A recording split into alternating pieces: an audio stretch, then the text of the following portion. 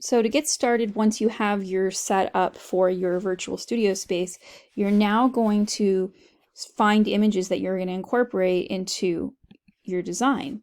So you're going to search up Google Images, and you might start by looking up wall and floor images.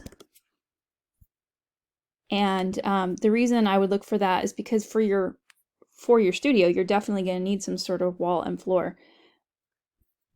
So I would look through here and see if you can find something that you like. Now, not all pictures are created equal.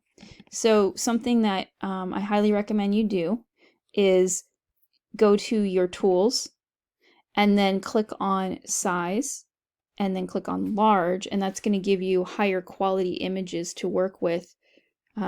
Sometimes the ones you get are too low quality and they look really blurry when you bring them in.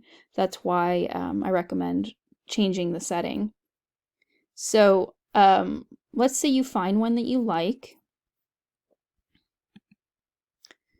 and I'm going to go ahead and open this image in a new tab. And the reason I'm doing that is because it'll give me the full image size like that.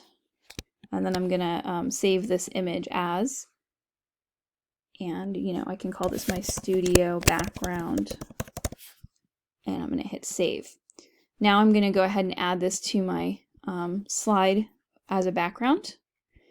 So I'm gonna click choose image, and then I'm gonna upload an image. It should be in my downloads folder. There it is.